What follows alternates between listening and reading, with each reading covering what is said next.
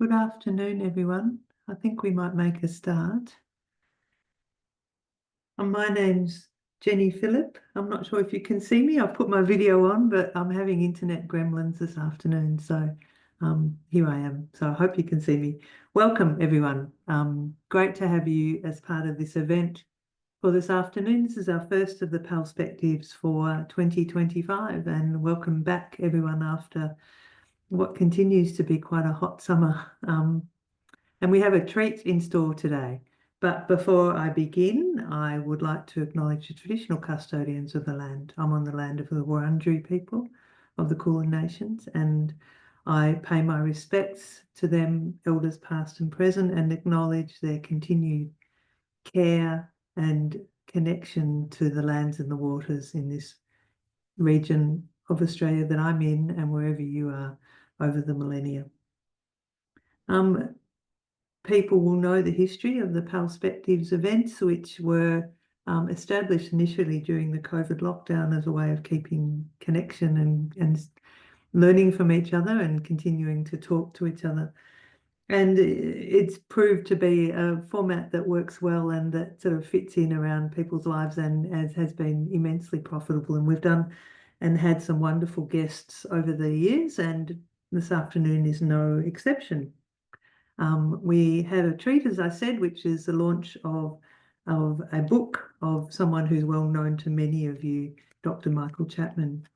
But I'd like to perhaps introduce both Michael and then Paul, who is actually going to do the official launch. So the format for today is that Paul will officially launch Michael's book, and then Michael and I will have a conversation around some of his thinking and the work that he's been doing in the space around dementia, bringing together his hats of aged care and palliative care that he embodies in his working life.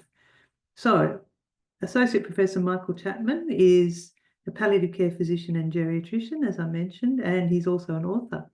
He's the Director of Palliative Care at Canberra Hospital and Head of Palliative Care Research at Canberra Health Services, and he's an Associate Professor at ANU. As said, he's also an author, and it's his book, Rethinking Dementia, Ripples and Responses, that we're discussing today. And to really set us off for this afternoon, I want to introduce Professor Paul Komisarov, who's a physician, researcher and philosopher at Monash University, where he's the Professor of Medicine.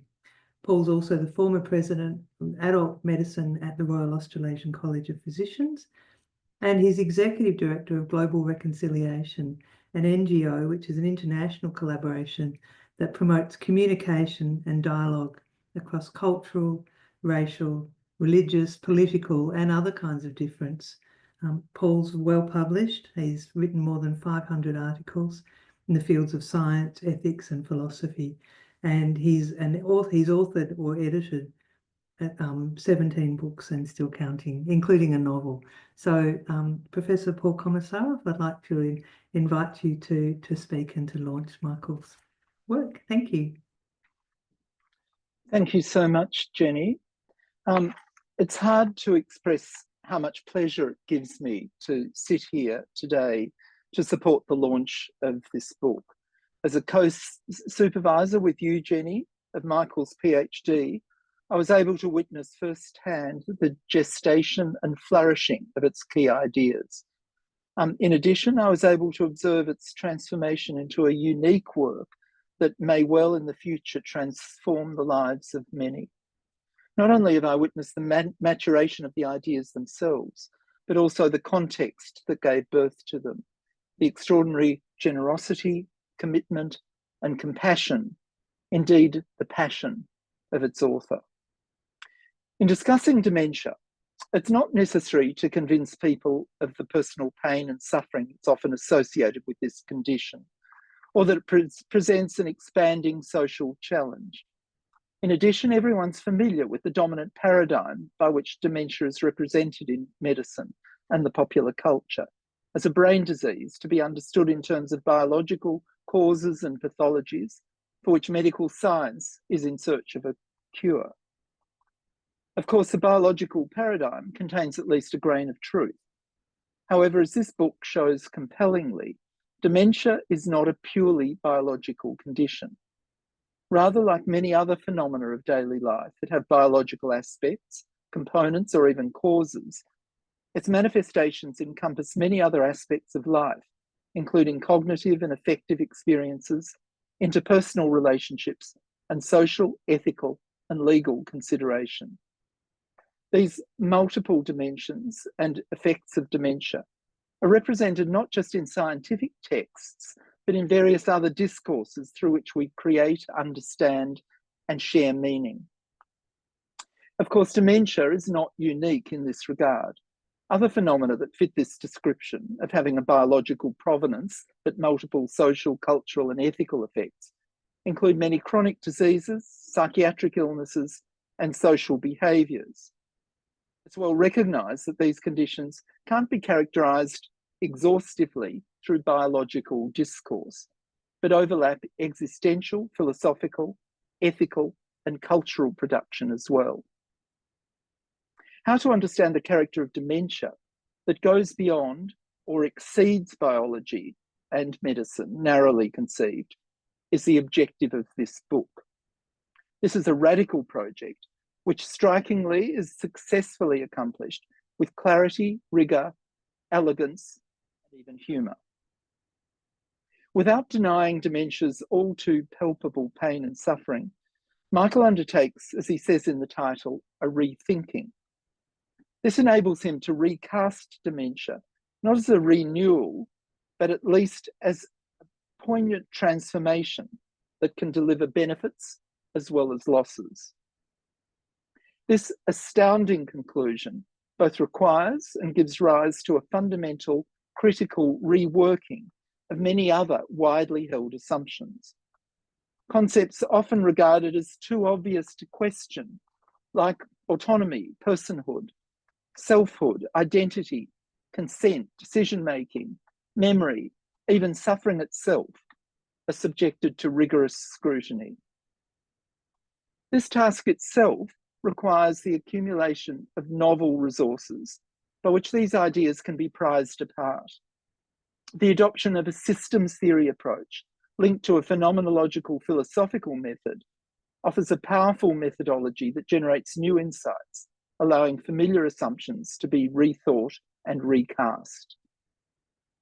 The empirical data on which the study relies show that in addition to the deep and pervasive tragedy of dementia, can be found, no doubt unexpectedly to many, joy and renewal, creativity, wonder, learning, and growth. From this perspective, dementia can no longer be seen as just one thing. Instead, it becomes a complex of different experiences and expectations. It's a process involving continuing change, including in areas people value most about their lives, in the use of language, in relationships, in how and what they communicate. Far from being a pure loss of meaning, dementia can also be the source of much new meaning. Of course, not all the new meaning is good, and it's not limited to the person with dementia, himself or herself. On the contrary, the systems approach exposes our embeddedness in networks of communication and relationships, in the dispersal of our personhood into dynamic systems of interaction in which we co-create experiences of hope, love, and pain. It shows how an individual's identity is not a singular or static mental thing, but an endless process of development that engages with and involves other people. And the way in which also it is formed and represented through the language we use to share and describe our common experiences. The effect of dementia is to change the nature and the manner of these connections. It has a cascading, transforming effect around the network. Michael uses the metaphor of ripples in a pond, moving outwards from a central disruption. He argues that the primary impact of dementia, through its complicated rippling impact, is on how people connect to themselves, to those around them, to systems of meaning, and to language. This concept of dementia as a perturbation in a system of relationships that make up a person, the network that characterizes systems of meaning and purpose that forms ethical vision constitutes a radical reconceptualization.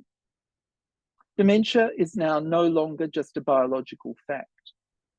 Rather, it is a cascading set of changes, some good and some bad, that propagate through the fragile, delicately balanced network.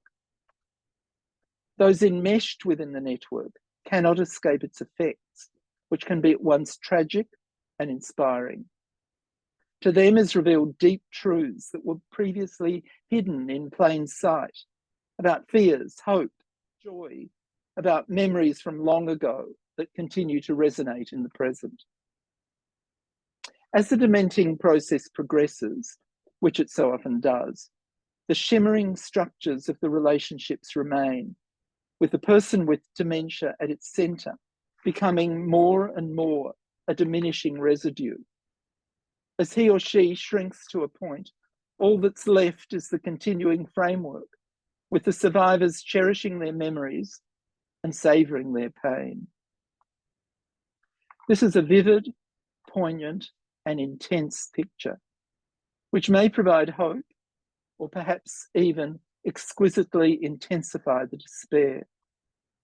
But it doesn't do what many of the other theories do: dismiss or nullify the person with dementia, render them a non-person, transform them into an empty shell who no longer carries the stigmata of humanness.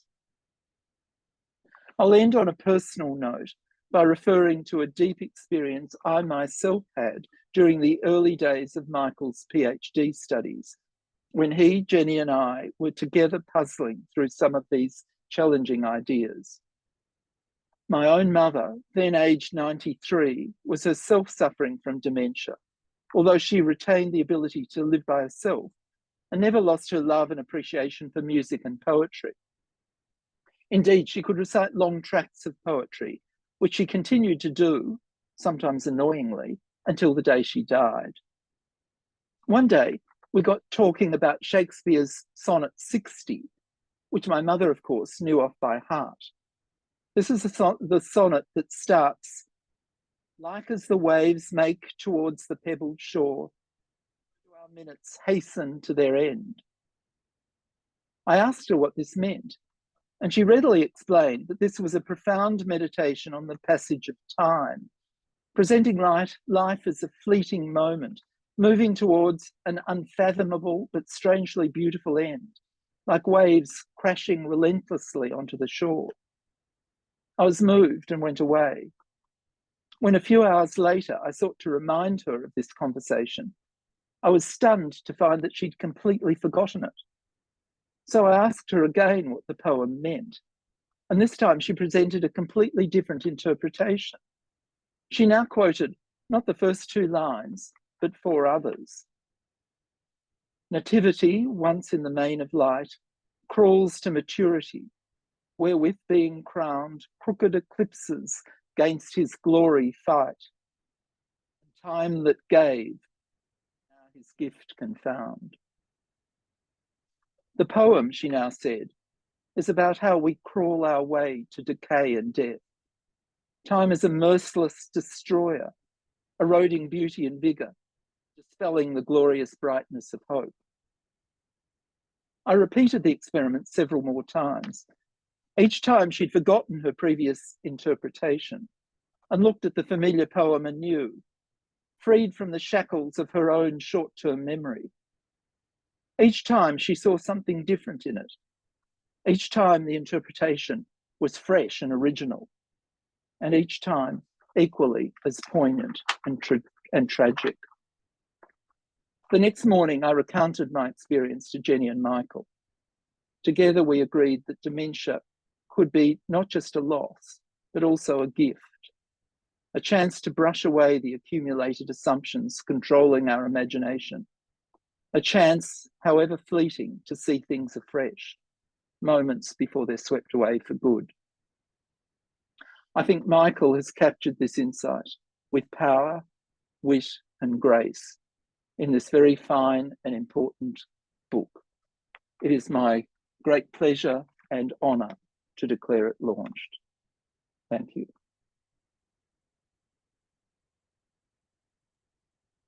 Thank you, Paul. Thank you very much for the tremendous, I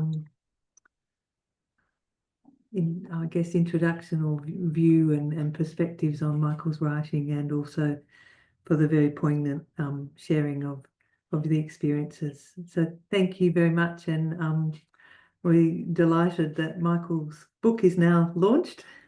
Not quite sure what it means when you're online. You can't hold up a copy, but I'd like to now invite Michael onto the Zoom, and oh, there we go. Thank you. And the next part of the session today is basically an interview with Michael, and I had anticipated he and I doing this, and I'd also invite Paul, if you'd like to stay on and be part of the interview or discussion, you're very welcome. So perhaps I can begin with what seems like a very urbane or perhaps dull question after that, Michael, but can you tell me or tell us how you arrived at thinking about this and this important topic?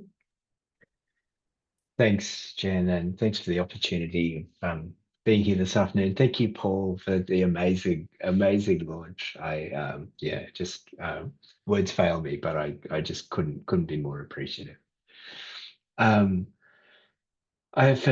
me, Jen, with my clinical experience working as a geriatrician in palliative care, I had a lot of experience with working with people with cognitive impairment and dementia, and I guess from my early days of working as a doctor, I was really fascinated by what that experience meant and or seemed to mean to the people that were really touched by it, and how much we as a care community really struggle with being able to provide the care that I feel that we would like to. And my sense that there were important elements of that experience that we really didn't understand, but also were deeply uncomfortable with. And I think for me, that was foundational in me wanting to try and understand more about how I, as a carer, could provide care better, which I think for a lot of clinicians who are involved in research work, that's often a kind of a key starting off point. How do I do the work that I need to do better? And a wish to try and in some way I felt that I was sort of learning a lot from people with dementia and from carers, both in terms of providing their care, but also in ultimately working with them as part of my research work for my PhD. So, part of my want from eventually writing the book was in some way to try and give that back, to try and feel and represent that there was something important here that needed to be shared, and to play my own little part in, trying to bring that about.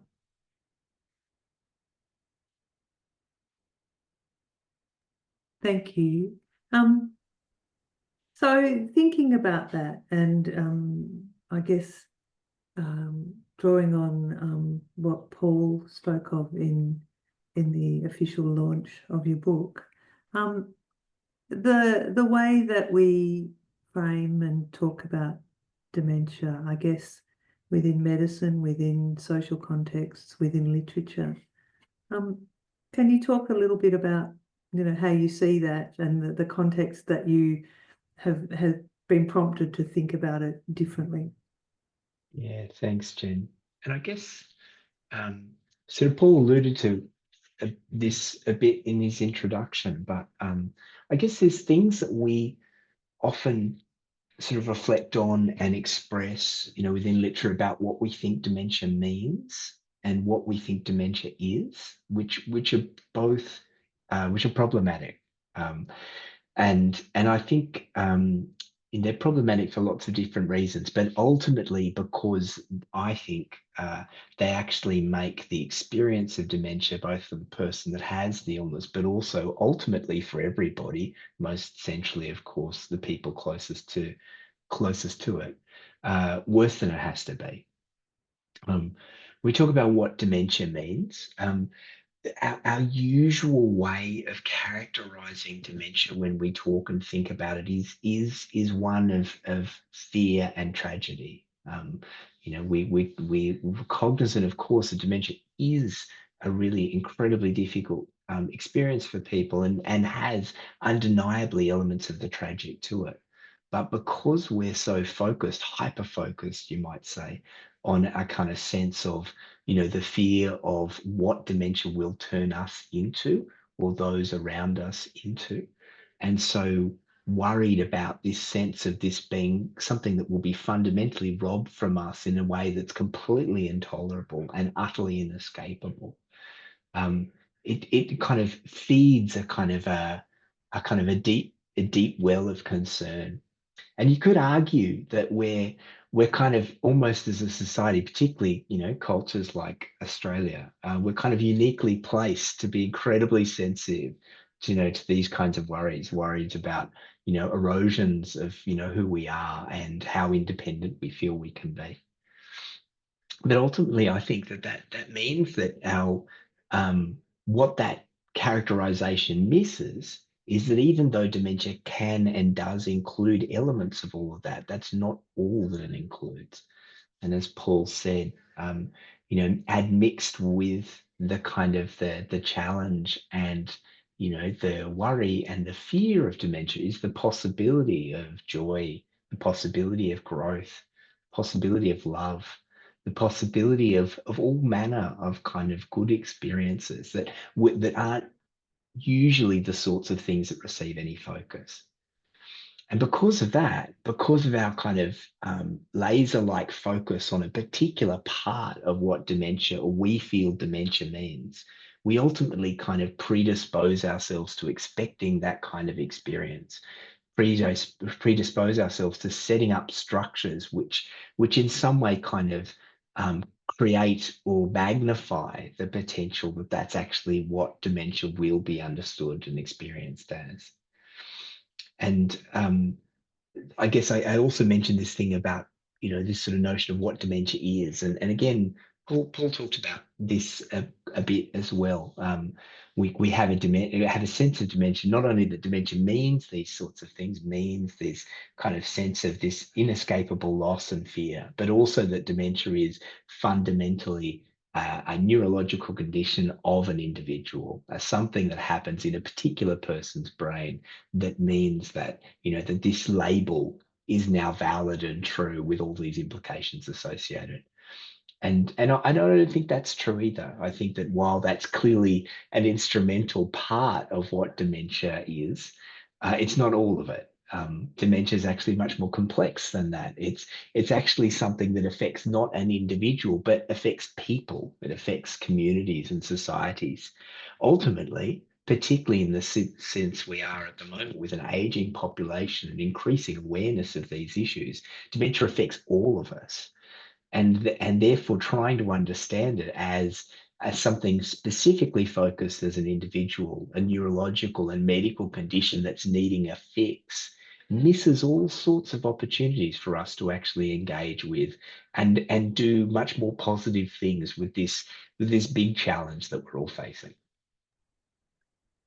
So Michael, Paul mentioned some of the words that have been, I guess, used in the context of dementia. And as you said, literature has a number of examples of this, and talking about non-personhood or even perhaps less human in some ways. But I'm wondering if you and your sense is that this shapes how we then experience dementia and loving someone who contracts or who has dementia. But I wonder if you've seen examples of where it might be different, perhaps in the literature, or where there's a different expression or description of this. Yeah, and I guess there's differences that are positive and negative that we could call on, Jen. And I would say that, in talking and thinking about this, I wouldn't want to suggest that that there are no voices calling and demanding for things to be different than the way that I've characterized. Clearly there are, and that's amazing, and will hopefully just continue from strength to strength. In terms of the kind of language that sort of the way dementia is thought about and characterized, I mean, as you said, a really, really common kind of trope is the sense that dementia robs us of our humanity. And it's very, very common, particularly in more historic but ongoing kind of literature, for that to be expressed in all kinds of various different ways. But the kind of notion of a person being sort of, sub or unhuman, or some kind of monstrous characterization of a person being a zombie or reduced to a non-human state, are unfortunately incredibly common. There's also often, calls to something that's more intangible and harder to express, but a kind of a sense of, that the dementia is a negating force, a force that takes away everything that is of value and available. There's this Jonathan Franzen's the Corrections talks about this in the notion of a darkness that kind of robs the character away from themselves until there's essentially nothing left. And there's often a sense as well of, dementia being this thing that's this overpowering thing, and talking about, forces and monsters that can't be overcome, or tidal waves of things besetting and affecting everybody, is often a kind of a common way the language is represented. But like I said, that's this language. This is a more complex kind of field than can be characterized by just a few words. And not everyone talks and thinks about dementia in the same way. Increasingly, there's a much more positive way of dementia being heard and being spoken about, mostly being led by the recognition that people with dementia and carers of people with dementia should and do have a voice, and that there's an opportunity to try and amplify that and support them being able to speak about their experiences in ways that are meaningful for them. And when people do that, that doesn't necessarily mean that their representations are always supremely positive, but they're much more balanced and much more real and much more natural than some of the kind of analogous language has been historically. And I don't know if you were going to say something, Jen. I don't want to Keep going. the question. I wanted to particularly mention there's an amazing dementia advocate researcher in Australia by the name of Kate Swaffer, who has written a lot about her experiences. She was diagnosed with dementia a number of years ago and has been a really tireless national and global advocate in this space for many years. And her writing, her experience, again, me paraphrasing her words, and very, very conscious of my inability to explain her experience, but just sort of to repeat what she said, is that there is that capacity, that ability for a person with this diagnosis, to also strive to and achieve these important goals of living a really, really big life that can really benefit other people. This is a little off script, but in your PhD, you did a number of interviews and observations in a series of different settings. I wonder if you could describe, was there any instances that you'd like to, or that you could sort of think that reference some of Kate Schiffer's experience, or that you would that points you to thinking, around aligning with what she's saying or her experiences. Yeah, and Kate,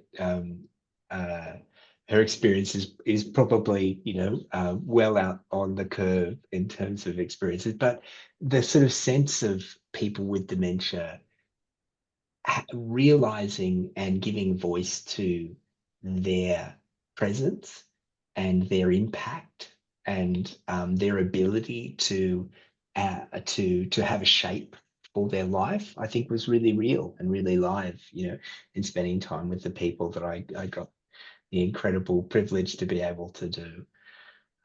I remember one story where I was talking to a couple where the husband had dementia, and the wife had been this, a long time carer. And he was and it was so touching. He was talking about, they'd been reflecting a lot about the impact together of his changing health and his kind of increasing need for care on both of them, and the choices that they both had to make. And she was talking about a choice that she felt was required historically for them to move from their family home that they'd lived for decades and decades and brought up their kids, and with all of these memories and kind of shared life and shared experiencing, for the need to move from there to an environment where they're actually getting more support and the house was really better set up for both of their changing needs. And she was telling me this story. I was talking to her, so I was doing an interview and I was sort of really interviewing her, but they were both there together and spent time with him at a different time. And she was telling this story to me, and he kind of chimed in and started talking as as she was sharing this experience. And he shared this sense that actually for him, that was such a powerful moment when it became clear that they needed more help, because she was very, very worried that he would sort of stand in the way of that, and sort of obstinately had been very house proud man and really wanted to sort of stay in the place that he'd lived in for so many years. But he gave voice to the fact that him being able to support this decision, him being able to say, actually, we need to move, this is the right environment, was this incredible moment of him being able to express his love and his wish to care for her, in the way that she was caring for him, by making it clear that this change was okay. It was okay for them to make this move because it was going to be better for her and better for him as well. And on one level, that feels like a small example compared to, the sorts of things that Kate Swaffer has sort of achieved, within her experience. But these kinds of experiences, these kinds of moments when in fact people with dementia and the carers who live with them and by them, have these recognitions that actually, within this sort of the tragedy and the difficulty of these experience, there are really important moments when, in fact, we can express our care and express our love and actually have a really big impact on each other, are very real and very, day to day. And Michael, you've sort of alluded to, and Paul raised your novel contribution, which is the notion of thinking around in dementia as existing within systems and systems of relationships and networks of relationships. Could you talk a little more about that?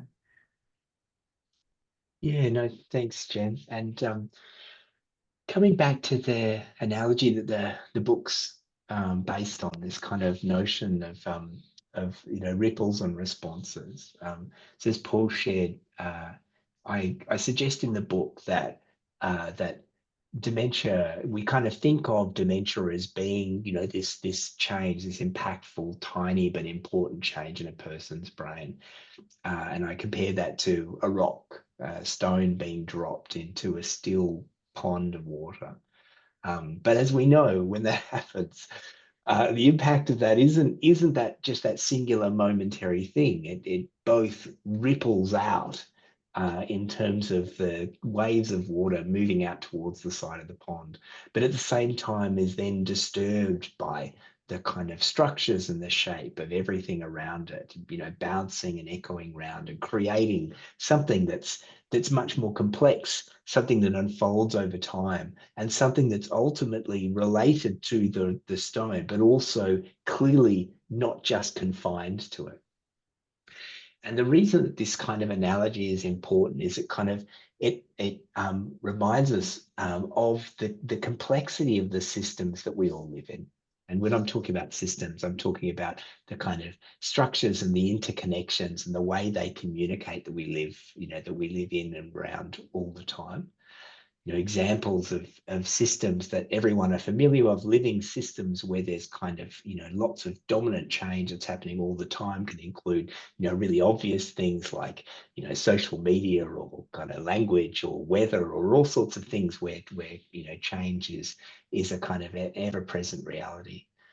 But the kind of importance of recognizing the truth of this for dementia is that if this kind of systemic experience is true of dementia, then the impact of dementia involves the entirety of the community around, but is also affected by all sorts of things that we do that relate to how we are with people with dementia. We talked about the example of language before, Jen. The language, the idea of a systems approach to dementia suggests to us that then how our language is used around dementia impacts that experience. The more that we consider dementia as something that is singularly and monochromatically something to be afraid of, something to be terrified of, the more that we're actually inadvertently creating that expectation and that possibility.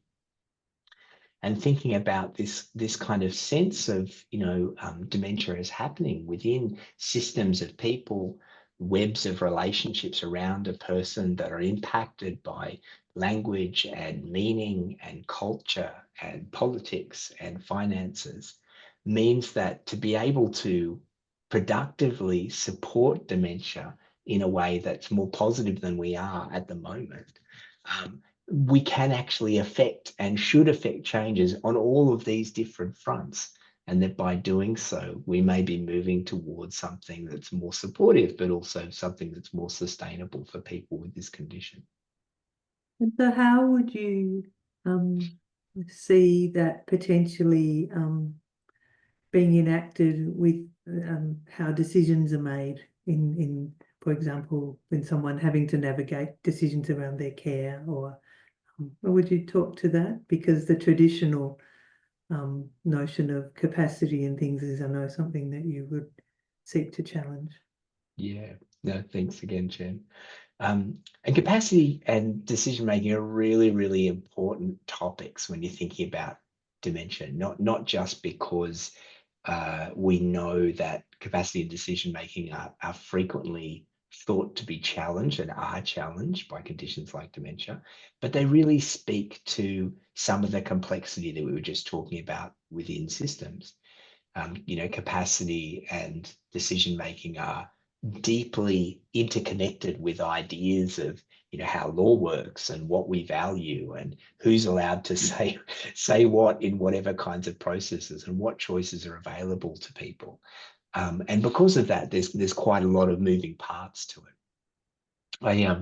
I wanted to tell just a very brief story about that, if you don't mind, Jen. But I remember I was involved again, within this work. The story that's in the book is around a lady by the name of Nancy, who's a lady who had dementia, who was also an artist, and was this incredible woman who had this really huge life, that she'd been, brought up in the country, and that she'd lived through very, very significant challenges, and had always been a very, very strong person, and then had this amazing career, and really impacted and connected with the lives of many. Through the process of her getting dementia, she became more and more reliant on other people. She'd always had elements of being reliant on other people, as we all are in our lives. But she being a person who was very artistic and not in any way financially minded, she'd always been reliant on other people to support certain aspects of her life. And as she as she became more frail and her health became more tenuous, living in her big house by herself became more and more of a challenge. And I was talking to Nancy, and I spoke to her carer, who was also her decision maker, power of attorney, and I spoke to her GP. And they were all talked to me at various different times about this idea that there was this moment when a decision needed to be made, and the decision was really around whether it was safe for Nancy to continue at home, or whether or not she really should move somewhere else. And all of them felt, and I was talking to them about it, that they had made that decision for Nancy to live somewhere else.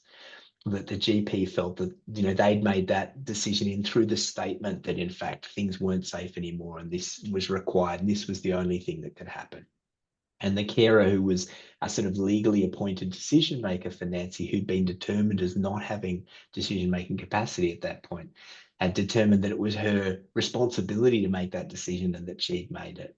And likewise, Nancy felt that as this incredibly, proud and determined person that she'd always had, that, in this, as in everything else in her life, she'd had the final say. And it really got me thinking so much about what decision making is and how it works. And within law and sort of conventional clinical practice, we tend to have this notion of decision making capacity, that there's this kind of line in the sand where everything above this, a person can make a decision for themselves, and everything below this, you can't, and someone else needs to do it for you. That line's very arbitrary, and often the assessment to that for that kind of decision is pretty fleeting, given the importance of actually just the impact it has on people. And I think all of those elements of that kind of legal approach to and clinical approach to capacity are up for question within the kind of my sense of the work that I've done within this book.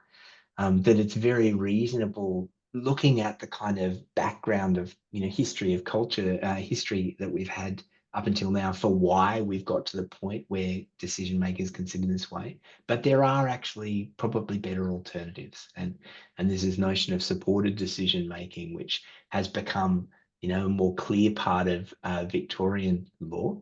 And is perhaps becoming a bit more legally approached, legally sanctioned in other jurisdictions, which is this idea that the perhaps the best thing to do when capacity is in question, it's more difficult for people to be able to make really well thought through decisions for themselves now, is for us to try and focus on all of the things we should be doing to try and support that person to continue to have a really active role and to do that as safely as possible, rather than just to determine that someone else should do that for them. And I think in terms of a systems thinking approach, this is actually a really, really good example of the sorts of things that should be done, that should be changed.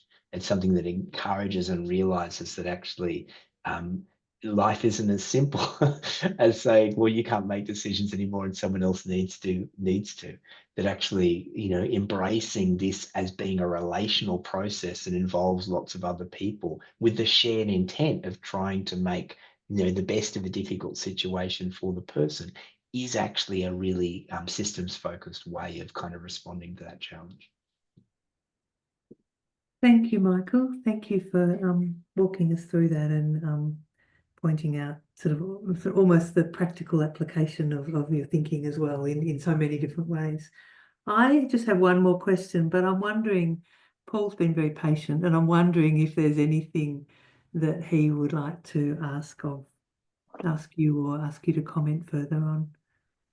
Thanks, Jen. This is a wonderful conversation, and Jenny, you've conducted it beautifully. And Michael, you with your usual eloquence have responded. So it's been lovely to listen to. Nancy's case is a perfect example of supported decision making, isn't it? Where there's been a dialogical process and no one considers that they're the bearer of the power to have actually, or the agent who's actually made the decision. I wonder, Michael, if you could address maybe using the systems theory approach, the experience of the carers, including relatives, people who are very close to the person with dementia, but also the professional carers, and what the nature of their experience and their bonding within that closed network of communication might be, and also what's left for them after the person has finally departed. Yeah, they're really important questions. Thanks, Paul. I think to start off with, I might just share another quick story, if I might. I was reflecting and kind of thinking about chatting to you this afternoon, Jen, about some of these stories, and I was thinking about a story for a man named Tom and his partner Ellen. And Tom again had dementia, and Ellen, his wife and his carer, was sort of doing her best to sort of come to terms with how things were and how things change. And there were some really difficult things going on for them, particularly around some challenges and decisions that needed to be made, which I won't go into a little details just in the interest of time. But Ellen was reflecting with me as she was thinking about what these challenges meant and how she responded to them, that she'd realized over time that that because the dementia was the root of the problem, at least in part, for the challenge that had come up for them both. But it was also to some degree for her the solution to the problem.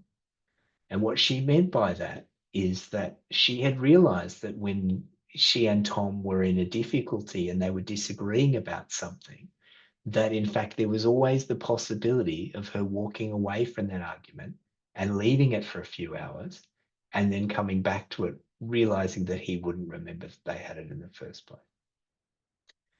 And I think that for me, there's something incredibly tragic and very, very real and about that. And hearing Ellen talk about this was her talking about this with partly a kind of a sense of necessity and partly a sense of challenge, but also a sense of, again, the kind of loss of that she was in this situation where that was now how she responded to this incredibly important person in her life.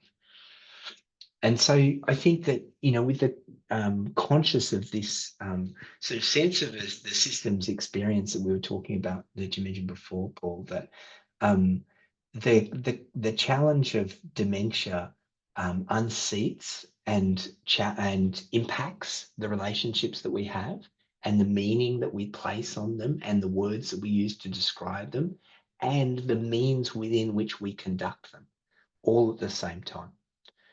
And that leads people to incredibly difficult places and difficult choices. But it doesn't necessarily mean the relationship is no longer there. The relationship still is happening, just in a different way than before. A system's response to kind of thinking about this kind of difficulty is not to say there isn't a problem here or everything is fine, because it's clearly not. But it's also to recognize that there is actually an ongoing process. There is something that is continuing to happen. And because of that, there are things that can be worked on or improved or changed to the degree that people feel comfortable and want to think through that. And second part of your question, Paul, was about, what's left. And I'm doing some work at the moment with carers of people with dementia, which I might come back to if we get a bit chance later on. But as a sort of a support, providing support for people with carers of people with dementia, because that's a really important thing to be doing. And one of the things we're reflecting on at the moment is that care doesn't stop even if you're no longer a carer of a person with dementia, in the sense of providing physical care for them each day. Our relationships continue, our sense of reliance and responsibility continue. If a person is, moving towards, for instance, going into an aged care facility, or at some point if they die from a dementia illness, there's a lot that we continue to carry. And one of the things that people with the carers of people with dementia talked about a lot in the that I refer to in the book is this sense as well of people in some way, carers in some way, feeling kind of responsible, not just for who the person is now, but who the person was. A sense of, needing to carry a kind of a legacy of an identity, a legacy of a particular historical person that they still hold a candle for and love and want to express and want the world to know about. And that's huge. That's a really big thing for a person to carry. But again, is part of this kind of web of interconnection and the systems within which we could or should provide support for people with dementia. if there was more space and more acknowledgement and understanding of the complexity of this kind of experience, people wouldn't necessarily feel like they needed to navigate that individually and in isolation. And there would be more appreciation of the really challenging task it is to provide care in that kind of way. Michael, we are needing to draw this session to a close, but we always finish these sessions with asking our expert, today you, expert and author, to comment on a quote. And today I've chosen a quote by Seamus Heaney, who wrote, "If self is a location, so is love. Bearings taken, markings, cardinal points, options, obstinacies, dug heels and distance, here and there, now and then, a stance." Your response? I love this quote, Jen. I wasn't familiar with it until for this, and I really appreciate you sharing it with me. I think for me this says a lot, and for me this reminds me that the notion of love and the notion of identity are locations, they're spaces, and they're spaces that we journey to. They're spaces that are not necessarily something, because the idea of something that we're journeying to for me is not necessarily also something that's an individual location, and something that others can participate in. And extending that idea, it's something then that exists between us rather than necessarily something that's individual and fixated on me. It's also something that where it's a work in progress. It's not something where we're necessarily ever going to get to those locations the way I'm kind of hearing, Seamus Heaney sort of talking about it.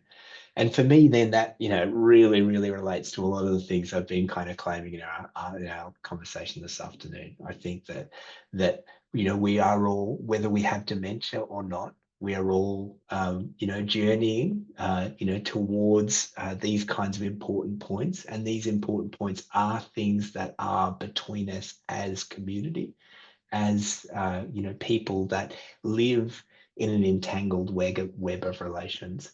And they're important journeys, and we should and do continue them. Thank you, Michael.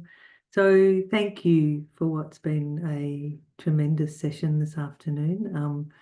Congratulations on your book and the thinking and the tremendous contribution that it is, and that I think we are all enriched by. I would thank you for talking with us this afternoon and for allowing us to launch your book. I understand that it's available online, and the publishers are Palava, and Tanya had the link for for being able to purchase it in the registration, but we'll also put it up on our website. So I encourage everyone to go out and make Michael rich, or at least enjoy his thinking even further. I'd also like to thank very much Paul for what was a wonderful discussion, and a very generous and deeply moving launch of Michael's book. Thank you, Paul. And thank you everyone who's come along this afternoon on this hot Melbourne afternoon. We really appreciate you supporting this Pal-spectives, and we look forward to seeing you at the next event. Good night, everyone, and have a good evening.